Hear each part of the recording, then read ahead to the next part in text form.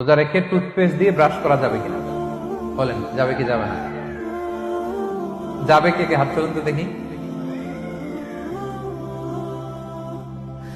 হ্যাঁ, মাত্র একজন, দুইজন, তিনজন, চারজন, পাঁচজন, ছজন, দল ভারী হচ্ছে আস্তে আস্তে। হ্যাঁ, টুথপেস্ট দিয়ে ব্রাশ করা যাবে কি যাবে না?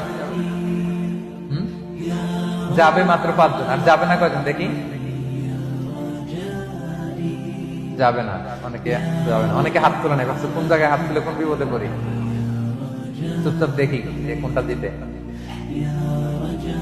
যাবে না, যাবে না, দল ভারী না।